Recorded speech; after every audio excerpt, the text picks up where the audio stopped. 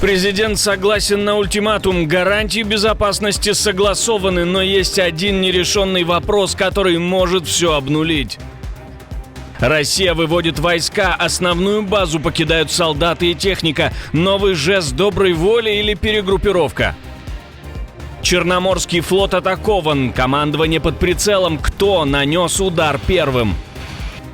Генералы летят с должностей, масштабные чистки в управлении армией. Кто лишится только звания, а кто жизни? Обо всех деталях расскажем. Об этих и других самых главных событиях вечера понедельника, 26 января. Спасибо, что вы с нами вместе. Отделяем важное от шума. Я, Алексей Бурлаков, это «Нехта». Начинаем прямо сейчас.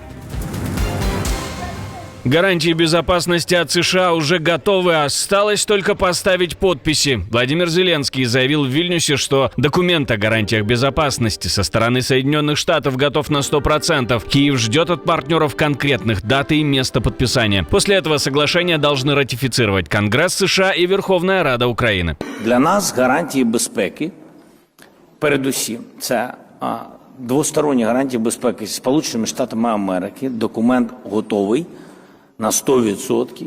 Ми очікуємо від партнерів готовності дати і місця, коли ми його підпишемо. А потім документ буде йти в ратифікацію в Конгрес Сполучених Штатів Америки і в український парламент, згідно наших домовленостей.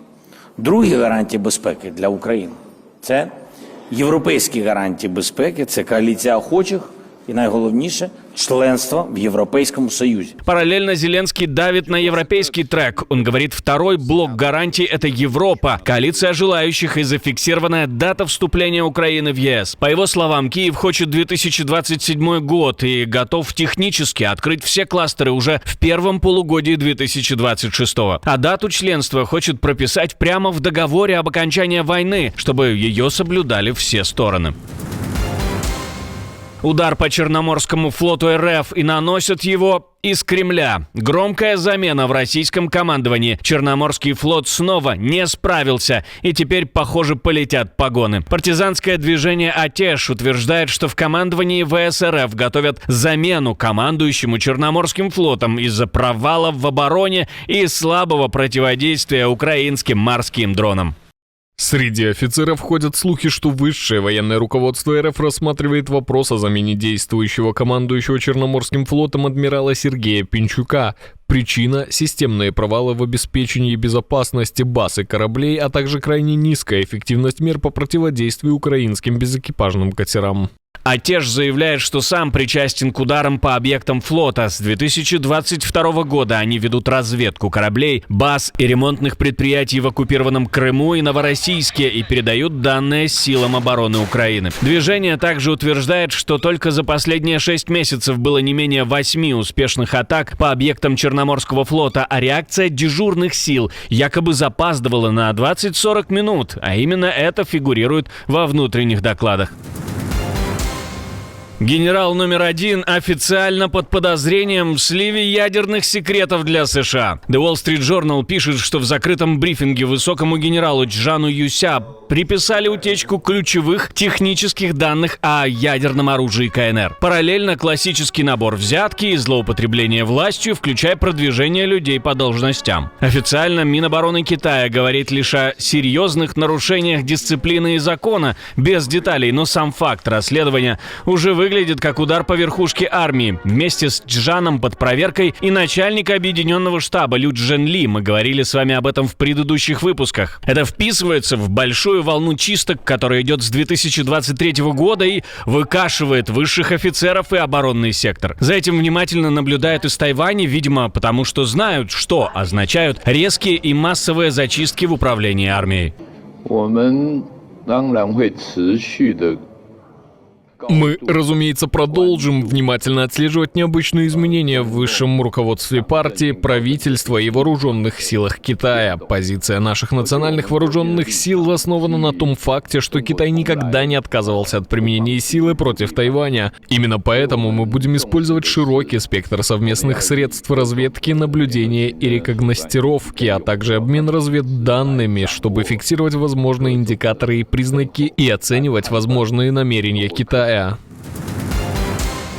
Европа не может отойти от потрясения, а отголоски заявлений и действий американской администрации все еще шокируют политиков. Похоже, в Вашингтоне просто не поняли, что происходит. Так считает министр обороны Германии Борис Писториус. Он заявил об этом в интервью немецким медиа. Говорит, американские угрозы ввести тарифы после начала миссии НАТО в Гренландии выглядят как недоразумение. Он встал на защиту развертывания Бундесвера и подчеркнул, это было заранее согласовано, все в НАТО знали, и миссия не была жестом против кого-то. Она не разгоняла эскалацию, а демонстрировала ответственность Альянса за регион. Во-первых, мы никак не способствовали эскалации. Совсем наоборот, в ходе наших совместных действий с другими партнерами по НАТО мы подчеркнули, что мы осознаем ответственность и наш долг, в том числе защищать безопасность Арктики, и что Трамп отменил так называемые тарифы, штрафные пошлины. Речь шла не о символическом воздействии на кого-либо, это было сделано для того, чтобы показать, что НАТО несет ответственность за Гренландию, и это то, что мы сделали. Главный маркер, по словам Писториуса, уже случился. Трамп после этого отозвал угрозы пошлин. Ранее президент США заявлял, что не будет вводить тарифы после того, как с генеральным секретарем Альянса Марком Рютте обсудил рамки будущего соглашения по Гренландии. То есть, как намекает Берлин, шум был громкий, но, возможно, с самого начала построен на неверной трактовке. Зарождение новой диктатуры или черный пиар. Похоже, в Брюсселе назревает война без танков за власть. По данным Политико, глава дипломатии Евросоюза Кая Каллас в частных разговорах называет Урсулу фон дер Ляйен, главу Еврокомиссии, словом, которое можно только цитировать. Каллас часто жалуется, что она диктатор, но она мало что может с этим поделать. Суть конфликта простая. Каллас, как утверждается, урезает влияние. И у нее забрали средиземноморское направление после создания отдельного гендиректората по Ближнему Востоку, Северной Африке и Персидскому заливу. А параллельно обсуждают сокращение Европейской службы внешних действий, которую она и возглавляет. В ответ Каллас пыталась поставить себе сильного зама Мартина Зельмайера, но этот шаг заблокировали. А в Кремле считают, что титул диктатора еще нужно заслужить, и не будут общаться с самозванцами на этой должности. Ведь ни мы ничего с ней никогда не будем обсуждать, ни американцы ничего с ней не будут обсуждать. И это очевидно. Как быть? Нужно только ждать, когда она уйдет. Или на фоне всего, что происходит, руководство ЕС. Кого угодно назовите.